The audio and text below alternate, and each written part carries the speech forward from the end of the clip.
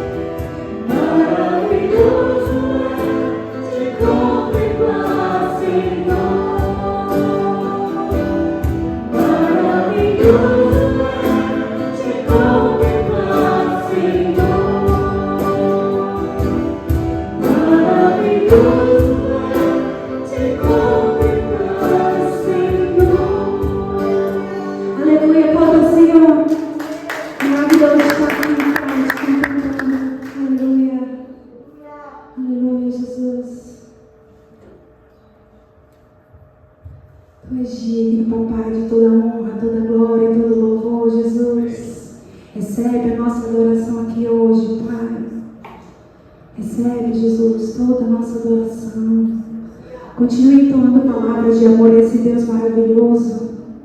Continue entregando o seu melhor a Ele. O Espírito Santo de Deus está fluindo aqui nesse lugar. Oh, Jesus, nós te amamos, papai. Nós te adoramos, Jesus.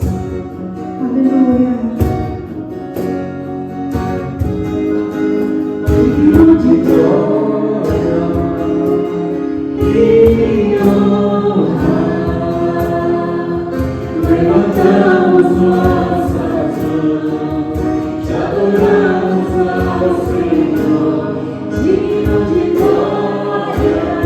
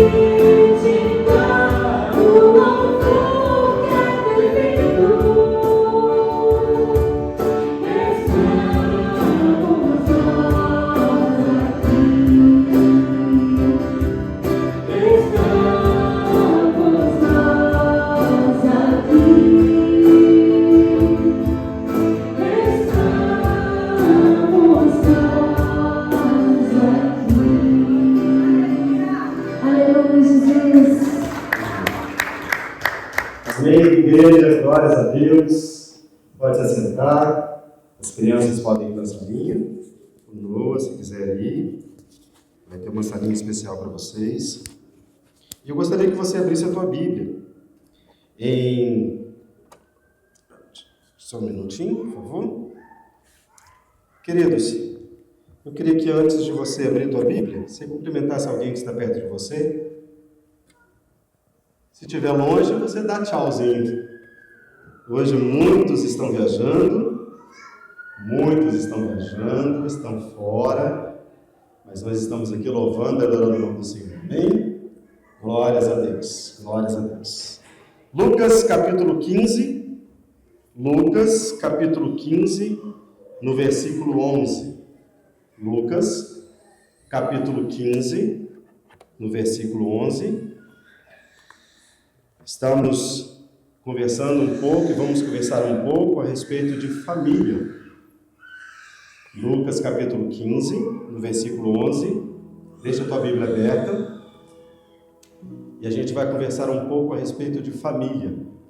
Família redimida é o tema da mensagem de hoje. Família redimida, do desequilíbrio à plenitude. Amém? Grave comigo. Família redimida, do desequilíbrio à plenitude. Lá numa passagem extremamente conhecida, em Lucas, no capítulo 15, no versículo 11, certamente é uma das parábolas mais conhecidas que você já ouviu, e certamente você já escutou a respeito dessa parábola. Mas hoje eu quero fazer uma abordagem diferente em cima dessa palavra, pensando a respeito de família. O texto é grande, então acompanhe comigo, vai lendo você os versículos para você não se perder, e acompanhe comigo. Lucas capítulo 15, no versículo 11, ele começa dizendo: Jesus continuou, um homem tinha 2 filhos. O mais novo disse ao pai: Pai, quero a minha parte da herança. Assim o pai repartiu a propriedade entre eles. Não muito tempo depois, o filho mais novo reuniu tudo o que tinha, foi para uma região distante e lá desperdiçou os seus bens, vivendo desenfreadamente. Depois de ter gastado tudo, houve uma grande fome em toda aquela região. E ele começou a passar necessidade. Por isso foi empregar-se com um dos cidadãos da região, que o mandou para o seu campo, a fim de cuidar de porcos. Ele desejava alimentar-se com as vagens de alforrobeira que os porcos comiam, mas ninguém lhe dava nada. Caindo em si, disse: Quantos empregados do meu pai têm comida com fartura e eu aqui morrendo de fome? Vou me levantar, voltar para o meu pai e dizer a ele: Pai, pequei contra o céu e contra ti. Já não sou digno de ser chamado teu filho. Trate-me então como um dos teus empregados. A seguir, então, levantou-se e foi para o seu pai.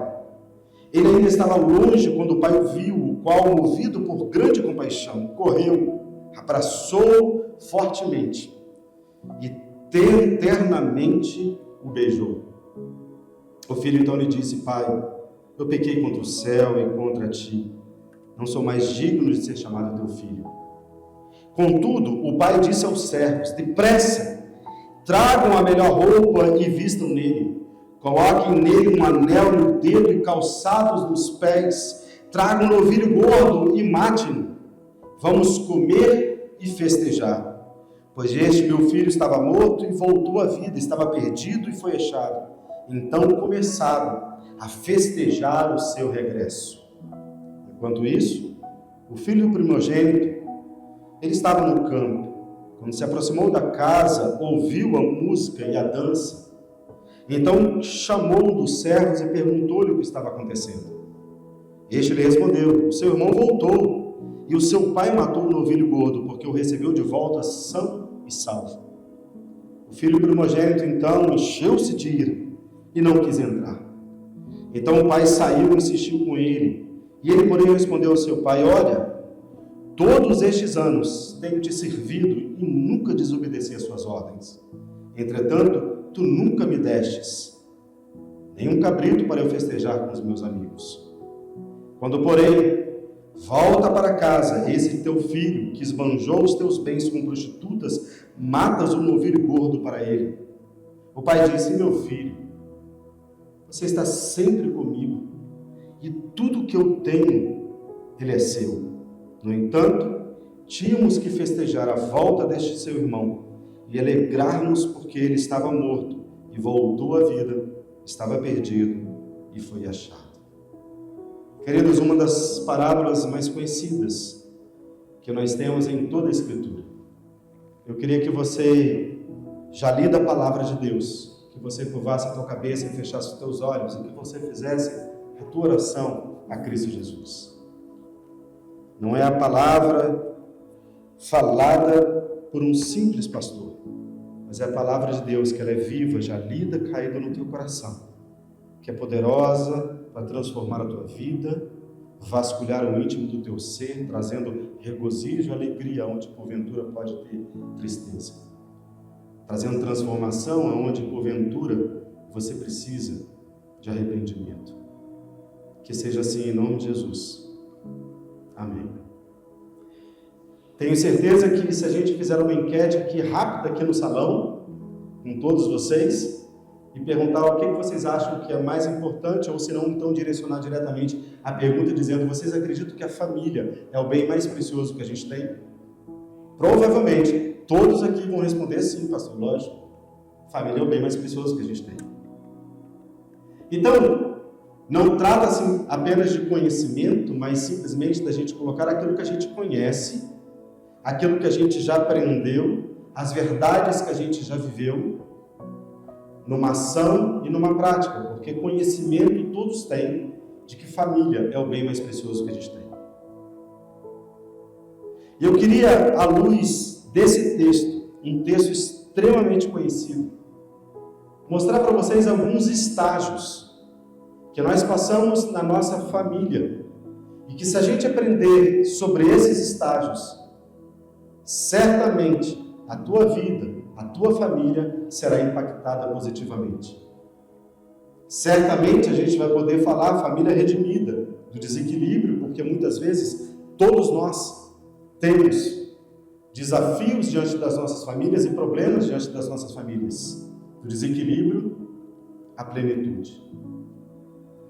É tão importante a família que o próprio Martinho Lutero, todos aqui sabem quem foi Martinho Lutero, viemos então dessa reforma protestante, porque Martinho Lutero um dia se levantou e se colocou a questionar aquilo que tinha como lei na Igreja Católica e afixou na porta de uma catedral algumas leis contrárias.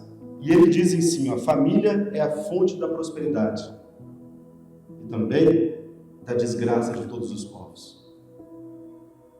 Vou repetir: família é a fonte da prosperidade, mas também da desgraça de todos os povos. E é exatamente isso. Quando a gente não entende o que o nosso coração tem desejoso em relação a uma família, a gente, por muitas vezes, pode não conseguir colocar em prática esse conhecimento que a gente teve no início em ações. E é tão importante a família que o próprio apóstolo Paulo, ele já disse que a nossa fé, ela é balizada em relação ao cuidado que a gente tem com a nossa família. Você sabia disso? Você sabia que por muitas vezes você pode estar orando e a tua oração não está chegando aos céus? 1 Pedro, no capítulo 3, diz: conforme tu tratas a tua família. E aí ele faz uma relação do teu tratamento com o teu esposo ou com a tua esposa. As tuas orações, elas podem estar impedidas de chegar aos céus. A tua fé, ela é medida de acordo com o que você trata a tua família. 1 Timóteo, no capítulo 5, no versículo 8, fala: mas se alguém não cuida dos seus, especialmente da família, da sua família, tem negado a fé e é pior que um incrédulo. Família é algo extremamente importante. Toda a Bíblia, Deus usou o modelo da família para se revelar aos povos.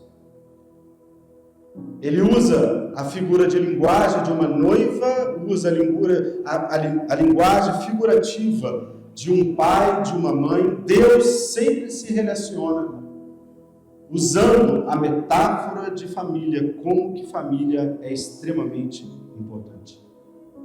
Agora, quando a gente pensa, talvez em família, você pode estar dizendo no teu coração, pô, pastor, você está dizendo isso tudo, você não conhece aqui em casa como é. Você não conhece o que eu deixei no Brasil e vim aqui para o Canadá. Ou o que eu deixei em Angola e vim para cá. Você não conhece a minha família, pastor. Então você pode estar dizendo tudo isso aí, mas você não conhece. O dia que você conhecer, pastor, eu acho que a gente vai ter que conversar novamente. Queridos, em nome de Jesus. Eu entendo que algumas famílias são um pouco mais disfuncionais ou desequilibradas do que outras. Eu entendo isso. Uma determinada ocasião, eu, quanto jovem ainda,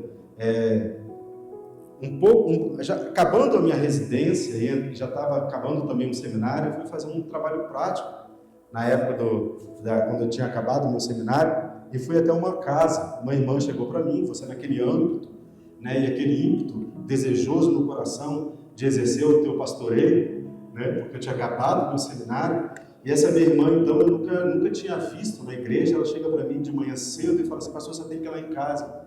Eu falei, eu vou, meu irmão, o que vai acontecer? Não, vamos lá em casa para você orar, porque o negócio tá difícil. E eu então lembrei logo da palavra de Deus. Deus nos dá autoridade para entrar em qualquer lugar e ali lutar contra as hostes do mal, né? E vamos embora, é isso mesmo. O mal não prevalece contra a igreja que vai e invade as portas do inferno. Vamos embora, tamo junto. Queridos, mas eu digo em nome de Jesus que aquela casa foi um desafio para quem está começando o seu trabalho pastoral e o seu início de pastoreio. Quando eu entrei na casa, eu falei, Jesus amado, já ouvi falar em casa desequilibrada e disfuncional, mas essa aqui eu acho que o equilíbrio, a balança está pendendo quase para zero, né, Diogo? Mas toda família é disfuncional, toda família é desequilibrada, todos nós passamos por problemas como esse. E Deus usa famílias desequilibradas e disfuncionais na história para poder trazer até nós as bênçãos de Deus, as promessas de Deus, os milagres de Deus, o Evangelho de Cristo. É só você olhar então o início da nossa caminhada, quando então todos nós viemos de uma família disfuncional. Todos nós viemos de uma família desequilibrada, Adão e Eva. Pecaram contra o Senhor, foram expulsos de um paraíso e logo no início da vida, um irmão matou o outro. Quando então olhamos as promessas de Deus a respeito da família, chegamos até a família de Abraão, aonde com uma ajudazinha tentaram ali fazer com que houvesse o nascimento de um filho. Nasce um filho que não era um filho da promessa, Ismael. E a confusão é até hoje, porque o filho da promessa deveria ser Isaac. Dentro da família de Isaac, a gente viu uma família disfuncional, onde uma mãe tenta condicionar, através de um engano, a promessa que deveria ser passada por um filho e passa para o outro, Esaú e Jacó. Vivemos aprendendo na palavra de Deus, de que Deus usa a minha e a tua família, mesmo sendo desequilibrada e disfuncional. E isso é a maravilhosa graça de Deus. E isso é que me enche o coração de alegria de poder vir hoje aqui estudar um pouco a respeito dessas parábolas. A parábola do filho pródigo, ela está junto com 3 parábolas. A parábola da dracma perdida, a parábola da ovelha perdida e a parábola do filho pródigo. A parábola da dracma perdida diz que se você perder uma dracma, aquela mulher então acende a candeia, varre a casa até encontrá-la. Se esforça ao máximo possível até encontrar aquilo que tinha perdido. E é nesse mesmo propósito que a parábola do filho pródigo, a parábola dos 2 filhos, ela foi escrita. Algo foi perdido. Algo está desequilibrado. Algo vem do desequilíbrio e vai ser transformado em plenitude. Venha comigo aqui, vamos estudar um pouco esses versículos a respeito da parábola do filho pródigo. Eu quero usar aqui 4 palavras que vão marcar 4 ações que todos nós passamos na nossa família. Todos nós passamos na nossa caminhada cristã, todos nós passamos quando pensamos em família em 4 palavras ou 4 junções de palavras. Todas as 4 palavras, elas vão ser em inglês, e sempre o final da palavra é me, ou seja, tratando da nossa própria vida. Primeiro momento que todos nós passamos na nossa casa, na nossa família, na nossa vida cristã. Todos nós passamos uma fase onde é classificada como give, como me dê. Veja comigo o início da parábola. O início da parábola ele fala assim, no versículo 11. Jesus continuou, certo homem tinha 2 filhos. Versículo 12 agora. O mais moço deles disse ao pai: Pai, dê-me a parte dos meus bens. Give. Primeira marca de uma caminhada cristã, ou de uma família, talvez, para alguns casos, e eu vou explicar o porquê, disfuncional, desequilibrada. Eu quero que você grave essa palavra, give. Veja comigo, no versículo 29, o outro filho, ele fala assim com o pai, mas ele respondeu ao seu pai: olha, sirvo-te há tantos anos, sem nunca transgredir o teu mandamento, e nunca me destes. Give, e nunca me destes. Sabe qual é a primeira marca de uma família disfuncional? É quando Deus pede para que aqueles recém-convertidos, que estão ainda na fase de criança, porque toda criança ela só sabe pedir.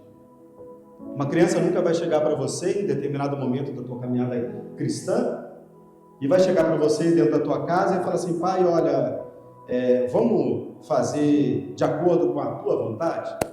Você quer que eu faça o quê, pai? Eu vou servir ao Senhor, vou arrumar a casa, vou pegar a vassoura, Uma criança, inicialmente, ela vai ser assim.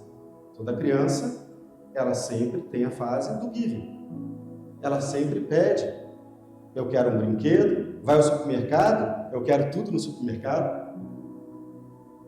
Quando você vai assistir um filme, uma determinada ocasião, quando o Isaac ainda era pequenininho, Isaac gostava muito de chamar a gente para poder assistir filme, ou assistir um seriado que tinha passando, ou algum programa na televisão, e ele sempre chegava. Isaac foi uma criança adorável, ainda é, mas foi uma criança amável, porque ele era muito, mas muito calmo, muito tranquilo. E ele deitava na caminha dele, cruzava assim, ele tinha mania de cruzar as perninhas assim, e de barriguinha, e tinha a televisãozinha na frente da caminha dele, e ele sempre chamava: pai, vem assistir um seriado, um programa comigo, alguma coisa assim. E eu ia. E quando eu estava escolhendo, ele falou: não, pai, a gente vai assistir. E ele já logo dizia: a gente vai assistir tal programa. Eu devo ter assistido aqueles programas como é que era o nome daquela fazenda? É a Fazendinha, né, filho? Da galinha? Da galinha. Lembra da Fazendinha? Alguém já pegou essa fase aí? Era a fase... Isso, queridos, eu devo ter assistido aquela Fazendinha. Eu acho que eu sei todos os detalhes da fazenda. Eu acho que eu sei desde a grama da fazenda até dentro que tinha as galinhas e tal. A gente assistia aquilo toda vez. Mas toda vez que voltava era a Fazendinha, ou tantos outros. Mas a criança em si, ela não sabe pedir. Give. E essa verdade é tanta verdade na palavra de Deus, que o próprio Deus considera, na nossa caminhada cristã, a gente como criança. Veja o que está escrito em Efésios, no capítulo 4, no versículo 14, ele fala: o propósito é que deixemos de ser como crianças, levados de um lado para o outro pelas ondas, ou jogados para cá e para lá por todo vento de doutrina, pela astúcia e pela esperteza dos homens que induzem ao erro. Não tem nada errado. Deus tem expectativa e não fica frustrado ou chateado conosco, porque passamos uma fase de menino, uma fase de giving, uma fase de sempre querer.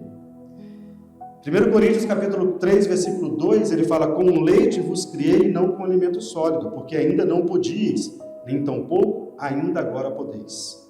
Deus sabe que todos nós temos uma fase de somente pedir.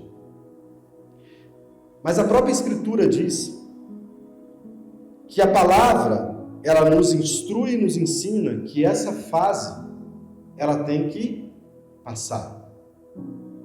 Desejo que vocês, outrora meninos, agora cresçam e se amadureçam na fé. Porque menino dentro de casa, menino dentro de família, que continua sempre no estágio do giving, tem duas coisas que vão apodrecer as nossas casas. Quando a gente tem meninos dentro de casa, quando a gente tem pessoas que continuam no estágio do giving, vão tornar uma família desequilibrada por duas coisas principais. Primeiro, pela insatisfação. Esse filho pródigo, ele tinha tudo. Ele tinha aquilo que você pode rotular como sendo o melhor dentro de uma casa. Mas ele não estava satisfeito. Menino na fé nunca está satisfeito dentro de casa. Você pode fazer o que for. E tantos pais que chegam para a gente, mães que chegam para a gente e falam: eu fiz de tudo e ainda continuo fazendo de tudo para os meus filhos. E eles nunca estão satisfeitos. Insatisfação. Marca inicial de um desequilíbrio dentro da família, porque a pessoa só fica na fase do giving. Tudo é para ela. Tudo é dela.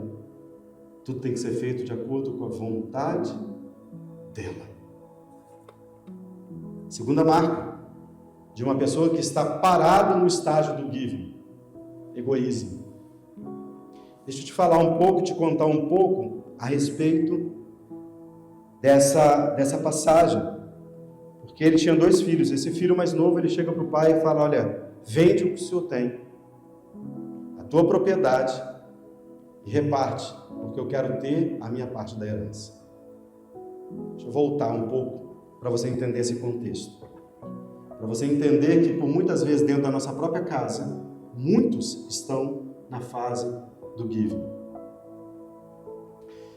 O que significava naquela época vender uma propriedade ou afronta de um filho com um pai na cultura judaizante?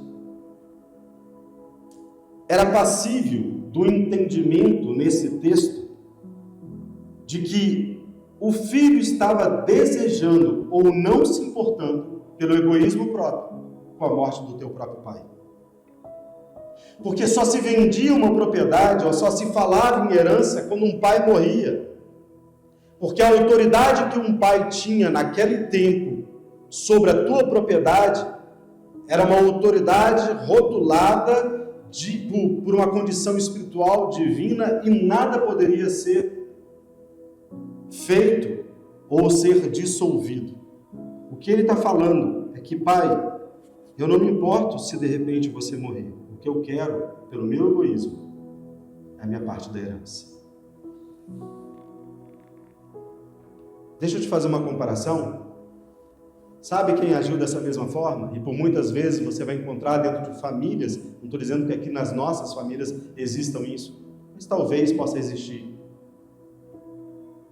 Judas, quando ele traz Jesus, Mateus no capítulo 26, no versículo 14, ele fala assim: então um dos 12 chamou Judas Iscariotes, foi falar com os principais sacerdotes, e ele disse: quanto me darão? Give, quanto eu vou receber para que eu entregue ele a vocês? Primeira fase é a fase do giving.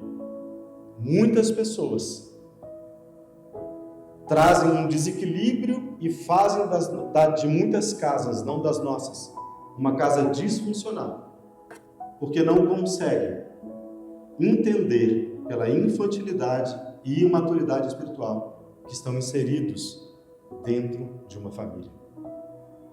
Tudo é para eles. Segunda marca, segundo estágio, para a gente andar rápido. E aí eu coloquei um verbo aqui em inglês, que eu já vou colocar, que é deixe-me, mas eu queria que você gravasse como sendo let me. Deixe-me. Todas as conjunções ou essas duas frases terminam sempre numa condição minha, sempre minha, sempre para você e para mim. No versículo 13, ele fala: não, passados não muitos dias, o filho mais moço, ajuntando tudo o que tinha, ele partiu para uma terra distante, e lá dissipou todos os seus bens, vivendo dissolutamente. Sabe qual é a segunda marca de uma família desequilibrada? É que por muitas vezes nós temos dentro das nossas próprias casas pessoas que estão completamente distantes, única e exclusivamente vivendo debaixo do mesmo teto. Não se gasta mais um tempo, não se gasta mais um momento, não se tem um tempo de qualidade, não se conversa, não se compartilha nada, tudo é individualizado, tudo é distante. Ele se afastou o máximo que pôde, e por muitas vezes dentro das nossas próprias casas, ou casas de pessoas que a gente conhece, existem pessoas que estão completamente distantes. Tem uma pesquisa britânica realizada em 25 países e revelou que homens e mulheres dispõem hoje de apenas 36 minutos, gravem isso, 36 minutos, ou 15 dias por ano, para passar o chamado tempo de qualidade com a família.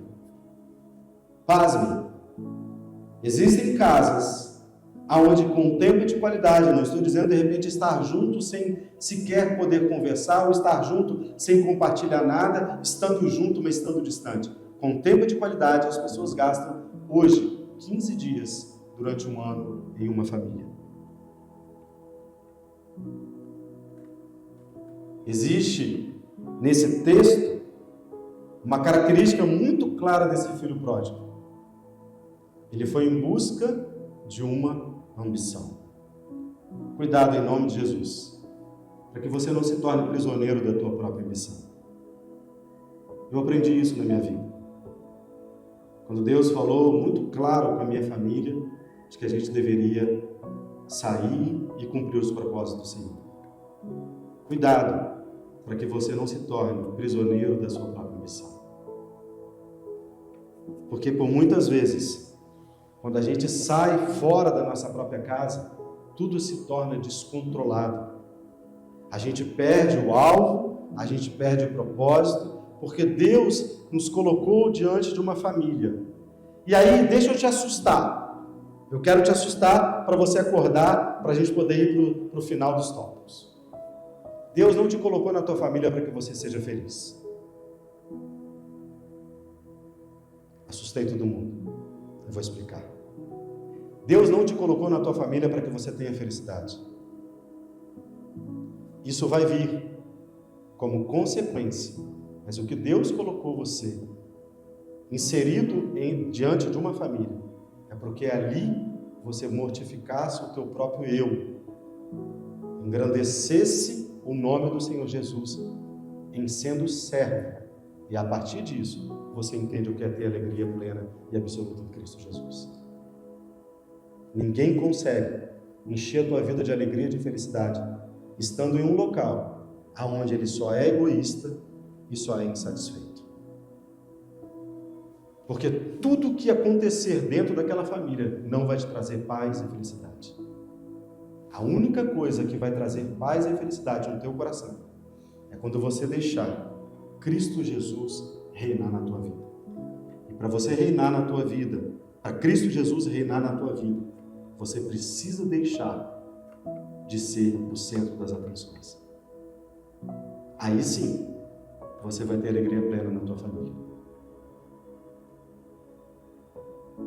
Todas as coisas se tornam descontroladas quando você está longe da tua família. Veja no versículo 14, depois de ter consumido tudo, sobreveio aquele país uma grande fome, e ele começou a passar necessidade. Tudo se torna descontrolado. Você já pode perceber que todas as vezes, ou a maioria das vezes, quando os jovens saem de casa pelos primeiros anos, ou quando os primeiros 6 meses, ou o primeiro ano, quando vai morar numa república, numa faculdade, a vida parece que se torna um pouco descontrolada. Eu passei por isso. E eu sei te dizer, em termos de percentual, não estou dizendo que todas as casas são assim. Eu saí de casa muito novo e fui morar em uma casa de república para poder fazer uma universidade fora da onde eu morava. E ali eu pude presenciar como que a vida se torna descontrolada para muitos daqueles em que estavam junto comigo ou perto, morando perto de mim. Graças a Deus, Deus me colocou numa casa com 2 jovens evangélicos, e ali a gente pôde levar 3 anos e meio morando juntos, graças a Deus. Mas eu pude presenciar o quanto a vida se torna descontrolada quando estamos longe da família, porque a família nos coloca em prumo. Aquele que está perto de você é aquele que te direciona, aquele que pega na tua mão, que fala a verdade no teu coração. E esse jovem, filho pródigo, está longe da casa do pai. A vida se torna completamente descontrolada, ele gasta tudo, ele começou a passar necessidade. Quando você está longe da casa do pai, a tua identidade fica roubada. Gravem isso. Quando você está longe dos valores da tua casa, você está longe do teu pai, você está longe da tua mãe, você está longe daqueles que pensam e têm a mesma visão que a tua, colocada por Deus, você tem uma identidade roubada. Ele teve uma identidade roubada. Quando diz então no versículo 15, então ele se agregou a um dos cidadãos daquela terra, e este mandou para os seus campos aguardar porcos. Deixa eu te falar uma coisa, a identidade dele nesse ponto era uma identidade judaizante. Ele era até então, nessa parábola, o que se entende um judeu. E para um judeu se colocar diante de uma lavagem de porcos, ou estando no campo, cuidando daquilo que era para aquela geração, para aquele local, para aquele povo, um pecado absoluto, porque não poderia tocar em porcos, ele teve a sua identidade roubada. Queridos, quantos que a gente conhece que tem a sua identidade roubada porque desprezam a casa, desprezam a família, vão morar em outro local. E quando vão morar em outro local, talvez começam a se envolver com pessoas que não são pessoas que deveriam estar com ele. Começa a entrar em roda de escarnecedores, e quando você vai ver, essa pessoa esfriou na fé e abandonou completamente os caminhos do Senhor. Percebam se essa não é uma realidade que acontece em casas muito próximas da tua. Porque a casa do Pai, a família, é que nos direciona a entendermos o propósito de Deus ao qual nós fomos colocados. Esse filho, ele teve uma solidão existencial. Agora há pouco, semana passada ou 2 semanas atrás, recebi um telefonema de uma moça, que ela, amiga nossa aqui, chorando. E, pastor, posso me abrir Posso me abrir? A gente pode gastar um tempo no telefone? Com certeza, a gente vai orar junto. E ela chorando. Não parava de chorar. Eu falei, o que está acontecendo? Falei, pastor, eu vim para o Canadá fugido dos meus pais. Eu vim para o Canadá, estou tendo sucesso, graças a Deus, mas saí de casa porque eu não aguentava a pressão e queria talvez morar um pouco fora, queria ter minha própria experiência. Mas aqui no Canadá, depois de um tempo, eu não consigo mais voltar, eu não tenho mais como voltar, mas eu tenho uma solidão existencial incrível no meu coração. Esse jovem, ele tinha uma solidão existencial no coração porque ele estava longe da casa do pai, ele estava longe da família. No versículo 16 ele fala ali, ele desejava fartar-se das alfarrobas que os porcos comiam, ele estava no chiqueiro. Mas olha a continuação do versículo. Mas ninguém lhe dava nada para comer. Nem a lavagem dos porcos ele tinha, porque ninguém dava para ele o que comer. Porque quando a gente está longe da nossa casa, quando a gente está longe da nossa família, a gente começa a ter uma solidão existencial na nossa alma. Nada podia matar o desejo e a fome que ele tinha. Giving, primeiro estágio, é quando eu quero receber tudo para encher a minha vida de alegria e de satisfação. Aí depois deixe-me, let-me. É quando eu começo a tentar fazer por conta própria a busca de uma felicidade que só está centrada em Cristo. É só Ele que preenche o coração, é só Ele que nos dá a plena alegria, mas a gente tenta, ao máximo possível, fazer com que isso aconteça por nosso próprio esforço. Queridos, é nesse estágio que os problemas começam a existir.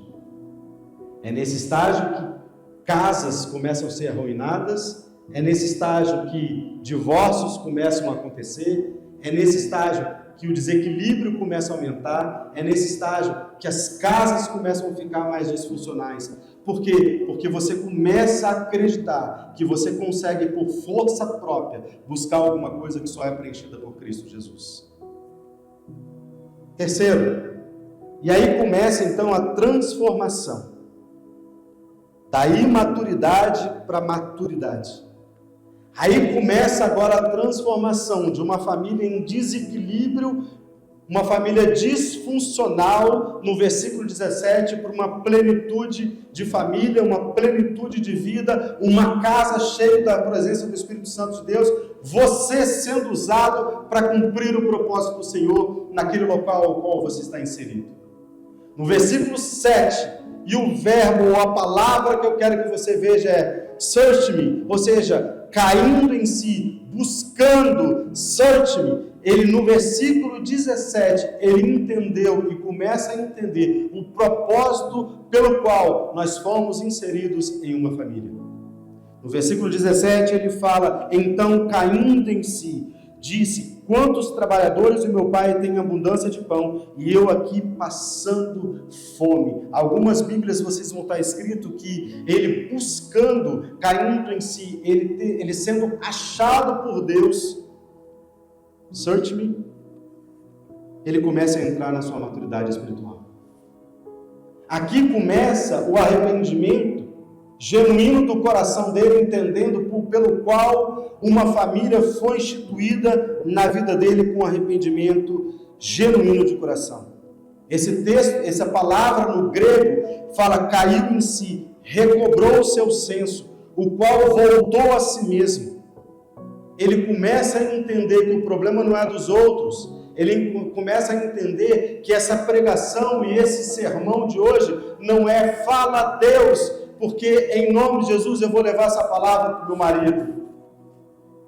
Essa palavra de hoje ele começa a entender que não é você, meu Deus, eu queria tanto que a minha tia Maria estivesse aqui hoje para escutar essas palavras. Não, essa palavra de arrependimento, porque ele entende que era com ele, não era com os outros.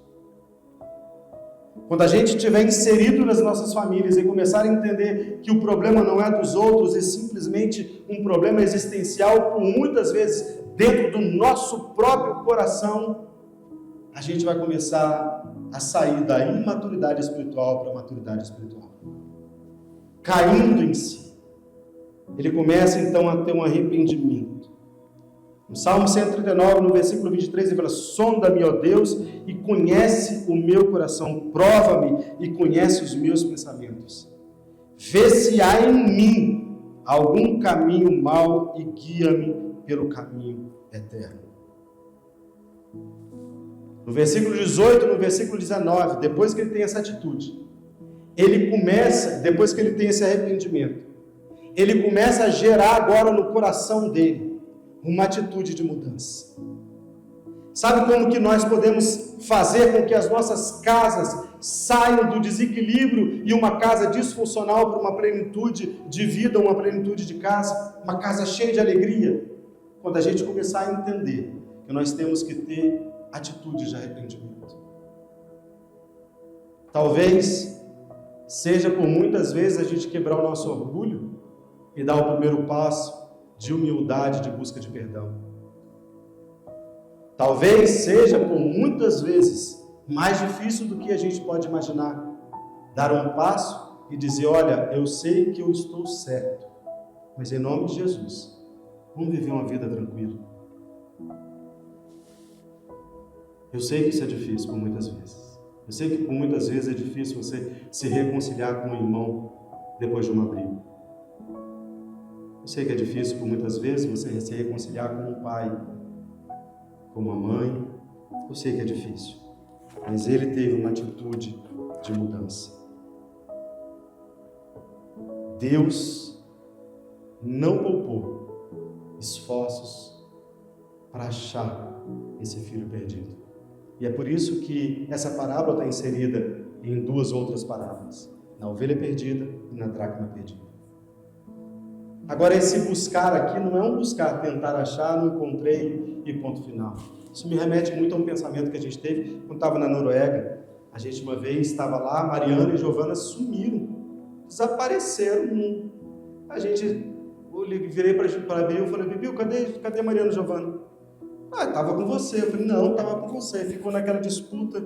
Queridos, pensa num desespero. As meninas sumiram. Era pequenininha. A gente estava na primeira, 2014. Sumiram. E aí depois a gente descobriu que uma professora, a professora delas mesmo, morava perto de casa e convidou elas para entrarem e conhecer o cachorrinho delas, e elas ficaram e também não avisaram nada. A professora perguntou, eu acho que elas não devem ter entendido, se a gente sabia onde elas estavam, deve ter perguntado em norueguês, talvez elas não tenham entendido, mas pensa numa busca. E ali me lembrei, como que Deus deve estar buscando os nossos corações. Ali eu lembrei que Deus, por muitas vezes, Ele busca o teu coração, o meu coração, numa atitude genuína de um pai, querendo buscar um filho arrependido. Quarto, para a gente terminar, estágio. Veja no versículo 19. Já não sou digno de ser chamado teu filho. Aí tem uma palavra. Faze-me como um dos teus trabalhadores. Sabe qual a quarta palavra? Make me. Give me. Let me. Search me. E a última, make me. Faze-me. E aí, queridos, eu digo para vocês com toda honestidade de coração, é onde Deus quer te trabalhar na tua vida hoje e para todo sempre. Porque Ele pede ao Pai: Pai, eu não sou digno mais, porque eu abandonei o Senhor, eu não sou digno mais, mas faze-me um dos teus trabalhadores.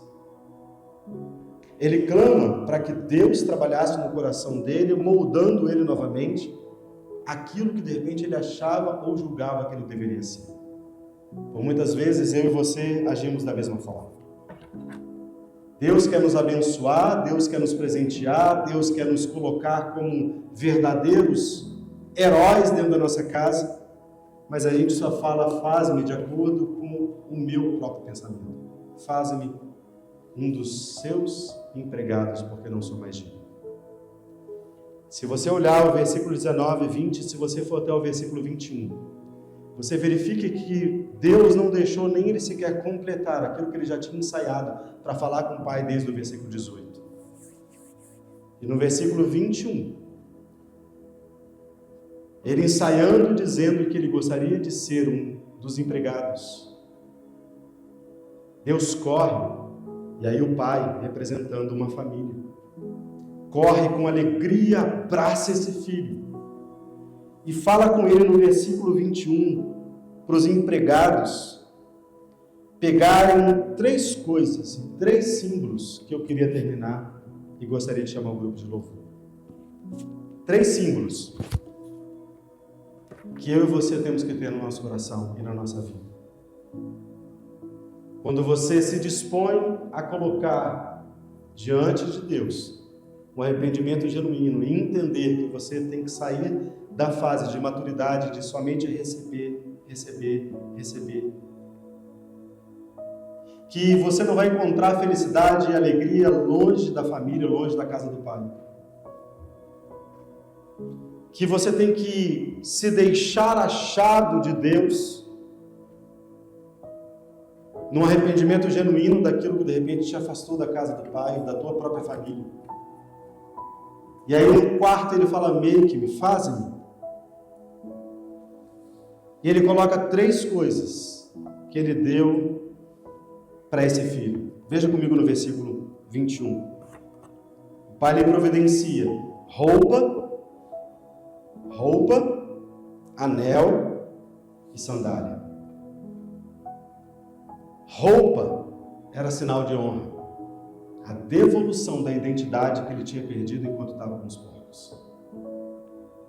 Eu te dou autoridade para você, dentro da tua família, dentro da tua casa, pelo Espírito Santo de Deus, você fazer da tua família, que por muitas vezes está desequilibrada ou disfuncional, uma família redimida. Eu te devolvo essa identidade. Essa identidade foi devolvida para o meu e para o teu coração no novo nascimento em Cristo Jesus. Quando o Espírito Santo de Deus habitou no nosso coração e habita até os dias de hoje. Ele deu um anel, que é o símbolo de autoridade. Ele deu uma roupa, que é o símbolo de honra. Só tinha as vestimentas, antigamente, dessas que foram dadas para o filho. Aqueles que eram dotados de honra.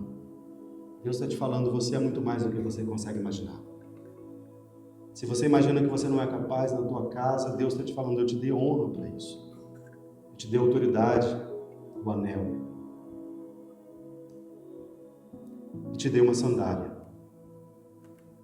Só tinha sandália naquela época quem era filho e não escravo.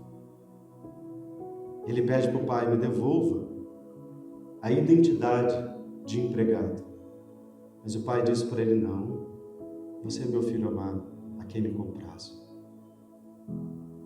Eu te dou o símbolo de que você não é um escravo, mas o meu filho. Eu te dou uma sandália. Nós somos filhos de Deus. Nós não viemos nesse mundo para estarmos diante de uma família no estágio do give, só insatisfeito, só pedindo, só pensando no egoísmo, no seu próprio prazer, na tua própria alegria, felicidade. Não. A gente não veio estar inserido numa família para a gente estar ali dentro somente comendo e tendo um teto para poder a gente dormir, de jeito algum. Família é plano de Deus. Você foi colocado naquela família não para você estar distante, mas para você estar presente. Por mais difícil que possa ser. Agora, para isso, você precisa sair da imaturidade e cair em si mesmo, assim como esse filho pródigo caiu. Caindo em si mesmo, ele se arrependeu. Eu não sei por qual você passa, mas talvez você precise se arrepender de algumas coisas, para que a tua família volte a ser uma família redimida. E por último, ele falou, transforma, trabalha em mim, trabalha no meu coração, me transforma a minha vida. Senhor, em nome de Jesus, eu sou um vaso quebrado nas tuas mãos. Me faz um vaso novo, cheio da presença do seu Santo Espírito, para que eu possa transbordar na minha casa a presença do seu Santo Espírito, impactando tantos na minha família. Família é projeto de Deus. E você foi colocado ali com um propósito maior do que você pode imaginar. Mas para isso você tem que se deixar trabalhar por Cristo Jesus. Amém? Família redimida. Do desequilíbrio à plenitude. Gostaria de convidar você a ficar de pé e a gente vai cantar a última canção.